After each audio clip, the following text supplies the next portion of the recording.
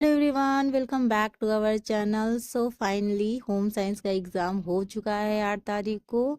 बात करते हैं होम साइंस एग्ज़ाम में कैसे क्वेश्चंस पूछे गए थे। मैं यहाँ पेपर फर्स्ट की भी बात करूँगी थोड़ा सा कि किस हिसाब से क्वेश्चन आए। फिलहाल बात करते हैं होम साइंस में किस हिसाब से क्वेश्चंस पूछे गए, किस किस टॉपिक से क्वेश्चन आए। तो अगर बात करें हम तो पार्टिसिपेटरी रूरल अप्रेजल से क्वेश्चन देखने को हमें मिला है, ठीक है।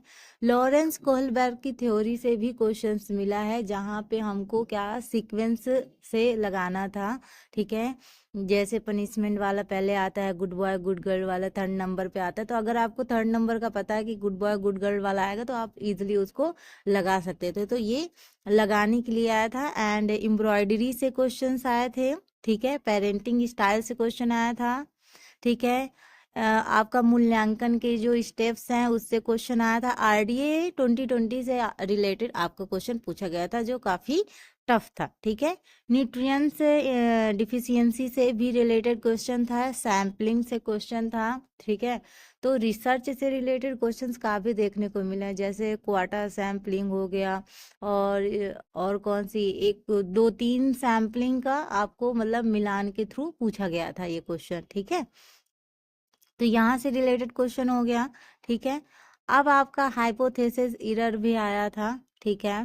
टाइप 1 टाइप 2 त्रुटि जो है उससे रिलेटेड क्वेश्चन पूछा गया था, ठीक है। किस एचओ को अस्वीकार किया जाता है, स्वीकार किया जाता है, ऐसे रिलेटेड कुछ क्वेश्चंस पूछे गए थे। तो इसमें भी मिलान के थ्रू ही क्वेश्चन पूछा गया था, आपको मिलान करना था। तो अगर आपको ये टाइप 1 एंड टाइप 2 त्रुटि अच्छे से पता होगी तो आप इजीली उस चीज को लगा सकते थे, ठीक है। Parametric and non parametric test से रिलेटेड क्वेश्चन था। फैमिली वेलफेयर प्रोग्राम से टाइप्स ऑफ वॉशिंग मशीन से रिलेटेड भी क्वेश्चन पूछा गया था। मेनू प्लानिंग से रिलेटेड क्वेश्चन था। इलाकार्टे मेनू, टेबल डी हॉटे मेनू से रिलेटेड भी क्वेश्चन पूछे गए थे, ठीक है। और पंचायती राज सिस्टम से भी क्वेश्चंस आया था, जैसे कौन कौन सा आता है, ग्राम पंचायत, जिला पंचायत, इससे रिलेटेड भी क्वेश्चंस थे, ठीक है। पोस्ट इंडिपेंडेंस प्रोग्राम से क्वेश्चन थे। सेट इन स्लीव से रिलेटेड क्वेश्चन, कलर से रिलेटेड, फूड प्रोडक्शन प्रोसेस का क्वेश्चन आया था, ठीक है। मतलब हर एक टॉपिक से कहें तो क्वेश्चन उन्होंने पूछने की पूरी कोशिश करी है ना। Steps of special education, traditional clothing, step और रियॉन मेकिंग, लर्निंग थ्योरीज से रिलेटेड क्वेश्चन थे, ठीक है। टाइप्स ऑफ ट्रेनिंग यानी प्रशिक्षण से पहले, मतलब अगर आप टीचर बनना चाहते हो उससे पहले की ट्रेनिंग, उसके बाद की ट्रेनिंग, जब शिक्षण कार्य हो रहा उसके मतलब स्टार्टिंग में ट्रेनिंग वगैरह, इस तरह के मतलब मिलान के थ्रू ये भी मतलब पूछा गया था, ठीक है।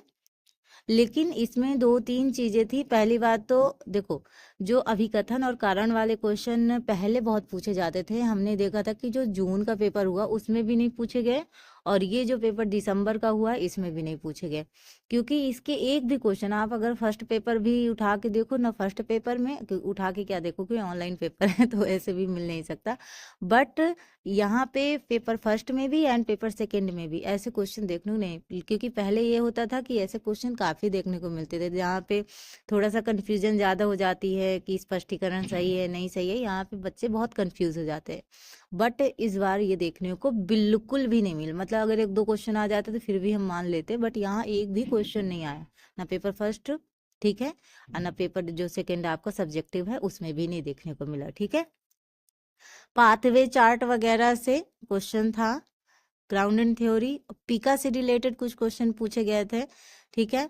एंड फ्लैट पैटर्निंग मेकिंग और अडोलसेंस से क्वेश्चन था। इंट्रिंसिक मोटिवेशन, ठीक है, मोटिवेशन से रिलेटेड, इंट्रिंसिक मोटिवेशन से रिलेटेड क्वेश्चन आए थे। तो अगर हम कह दे तो हम होम साइंस के पेपर को इजी तो बिल्कुल नहीं मानेंगे, क्योंकि देखो होम साइंस का पेपर हमेशा लेंदी आता है। अब क्या ट्रेंड हो गया है, जो सीक्वेंस वाले और कोडिंग वाले क्वेश्चंस आते हैं, ये इनका जो वो है क्वेश्चंस हैं ये ज्यादा आने लगे हैं। पहले ऐसा नहीं होता था, पहले नॉर्मली छोटे छोटे क्वेश्चंस भी दे देते थे। बट अभी क्या है, जो सीक्वेंस वाला है, कोडिंग है, मिलान वगैरह है, ठीक है। और एक चीज बता दूं, यहाँ पे आपका बीमारी से रिलेटेड, अगर आपको बीमारी वगैरह क्वासियोरकर से रिलेटेड क्वेश्चन पूछा गया था, ठीक है। राइबोफ्लेविन से रिलेटेड क्वेश्चन पूछा गया था। तो आप विटामिन से रिलेटेड ठीक है, पोषक तत्व से रिलेटेड और भी क्वेश्चन पढ़ लीजिएगा, नेक्स्ट टाइम के लिए हम बता रहे हैं। इस टाइम तो चलो पेपर हो गया है, जिसका भी अच्छा गया है बहुत अच्छी बात है, जिसका नहीं भी अच्छा गया है घबराने की ज़रूरत नहीं है, क्योंकि हमेशा हम जानते नहीं ना कि पेपर किस हिसाब से आ जाएगा। तो हमारा काम है पढ़ना, हमने पढ़ा है, अब पढ़ने के बाद जिस हिसाब से क्वेश्चन आया, कुछ को ईजी लग रहा होगा, कुछ को टफ लग रहा होगा, लेकिन यहाँ सबसे इम्पोर्टेंट है कि क्वेश्चंस नहीं छोड़े हों जिसने, उसका बहुत अच्छा है, क्योंकि बात ये वो निगेटिव मार्किंग होती नहीं है, माइनस मार्किंग हो तो क्वेश्चन छोड़ो, क्योंकि यहाँ पे क्या होता है, टाइमिंग कम की वजह से बहुत लोगों के क्वेश्चन छूट भी जाते हैं। तो अगर जिन्होंने पूरा पेपर कंप्लीट कर लिया है बहुत अच्छी बात है, वैसे तुक्का लगते नहीं है, लेकिन हाँ कभी कभी ना करने से बेहतर है कुछ बहुत कर लो, वो ज्यादा बेटर है ना। अगर हम बात करें पेपर फर्स्ट की, तो पेपर फर्स्ट में देखो, और हाँ सेकंड पेपर में आपके 2 पैसेज पूछे गए थे, 2 पैसेज इजी थे, आप आराम से अगर मतलब क्वेश्चन पढ़, देखो पैसेज में क्या होता है, पैसेज होता है बड़ा, अगर आप पूरा पैसेज पढ़ने को बैठ जाओगे तो लगेगा टाइम, पहले क्वेश्चंस पढ़ो, क्वेश्चन के बाद फिर वो लाइन देखो, तो वो लाइन कहीं ना कहीं आपको दिख जाएगी। तो इस हिसाब से अगर पैसेज सॉल्व किया जाता है तो बहुत जल्दी पैसेज सॉल्व होता है और टाइम भी आपका बचता है। तो जो पैसेज थे वो मतलब बहुत ज़्यादा, मैं नहीं कहूँगी बहुत ज़्यादा टफ आए थे, पैसेज नॉर्मल थे, आप आराम से दोनों के दोनों पैसेज मतलब 5-5 नंबर के क्वेश्चन, मतलब आपके 10 नंबर तो आपके पक्के फिक्स हो जाएंगे पैसेज से, ठीक है। और अगर बात करें तो जो पेपर फर्स्ट है उसमें एक पैसेज आया था, ठीक है। डीआई से रिलेटेड क्वेश्चन हमेशा आता है, पूछा जाता है, रीजनिंग से रिलेटेड, अल्फाबेट से रिलेटेड क्वेश्चन था, और एक और था रीजनिंग से रिलेटेड, और एक और क्वेश्चन था स्वतंत्रता से पहले के जो कार्यक्रम थे उनका पूछा गया था, और कम्युनिकेशन से रिलेटेड कई सारे क्वेश्चन थे। इस बार अगर मैं बोलूँ तो कम्युनिकेशन से कई क्वेश्चंस पूछे गए हैं, ठीक है। मॉडल से रिलेटेड क्वेश्चन पूछा गया था ट्रीटमेंट किसका है, मॉडल्स, ठीक है। और ये सैन एंड वीवर के नेम थे, और भी बहुत सारे उनके जिन्होंने जिन्होंने मॉडल दिए उनसे रिलेटेड क्वेश्चंस काफ़ी आए थे, ठीक है। लेव वाइगोस की जीन पियाजे से रिलेटेड क्वेश्चन थे, ठीक है।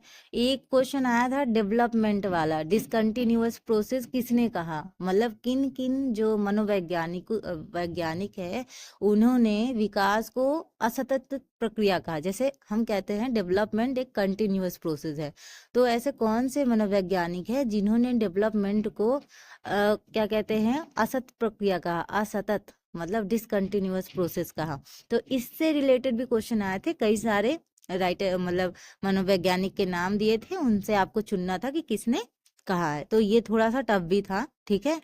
कोलबर की थ्योरी आई थी, प्रकारवाद मार्क्सवादी से रिलेटेड क्वेश्चन पूछा गया था, टाइप 1 टाइप 2 त्रुटि मैंने बताया ही, रिसर्च से रिलेटेड क्वेश्चन था, कॉफ 15 11 वगैरह से रिलेटेड क्वेश्चन था, इसमें भी आपको मिलान वगैरह करना था, ठीक है। बुक्स राइटर के नेम था और एक फुल फॉर्म भी आई थी। तो ये जो क्वेश्चन थे जो फर्स्ट पेपर में पूछे गए, तो फर्स्ट पेपर में देखो कुछ क्वेश्चन तो अगर मैं कह दूं तो लगभग, अगर मेरी बात माने तो बच्चों से भी मैंने पूछा तो लगभग 30% क्वेश्चन ऐसे हैं जो होम साइंस में आउट ऑफ सिलेबस है, मतलब वो क्वेश्चन ऐसे आए थे कि जिनको देख के समझ में ही नहीं आ रहा था कि मतलब कहाँ से क्वेश्चन पूछ लिया गया है, कुछ क्वेश्चन ऐसे थे। बट अगर मैं बात करूँ तो एग्जाम अगर बोला जाएगा तो मॉडरेट था, बहुत ज़्यादा टफ नहीं था। अगर जिन्होंने बहुत अच्छे से स्टडी कर रखी है, हर एक टॉपिक्स को उठा के पढ़ा है ना, मॉक्स टेस्ट दिया है, तो उनकी प्रैक्टिस हो गई होगी। फर्स्ट पेपर में मैंने इस बार कम्युनिकेशन के क्वेश्चंस बहुत ज़्यादा देखे।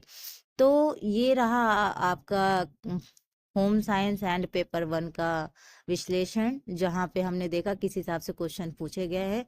तो बस ये मत समझिएगा कि अगली बार अभिकथन से क्वेश्चन ना आए, है ना, कुछ कहा नहीं जाता, वैसे तो जून और दिसंबर में नहीं आया है तो हम क्या करते, स्टडी करते, सोचते हैं कि अब अगली बार भी ना आए, लेकिन हमको पढ़ना चाहिए। अगर हम कॉन्सेप्ट अच्छे से पढ़ेंगे, आए ना आए वो अलग की बात है, कॉन्सेप्ट अच्छे से पढ़ेंगे तो जैसे भी क्वेश्चन पूछे जाएंगे हम आराम से सॉल्व कर सकते हैं। आई होप आप सभी का क्वेश्चन पेपर अच्छा गया होगा। एंड अभी कुछ मत कीजिएगा, अभी आराम से रिलैक्स होके बैठिए, आंसर की आएगी, आंसर की में आप देख लीजिएगा, ठीक है। आई होप आपको ये वीडियो पसंद आया होगा, आपके हेल्प के लिए कुछ जानकारी आपको मिली होगी। अगर आपको ये जानकारी अच्छी लगे तो लाइक सब्सक्राइब एंड शेयर कर सकते हैं। Thank you for watching.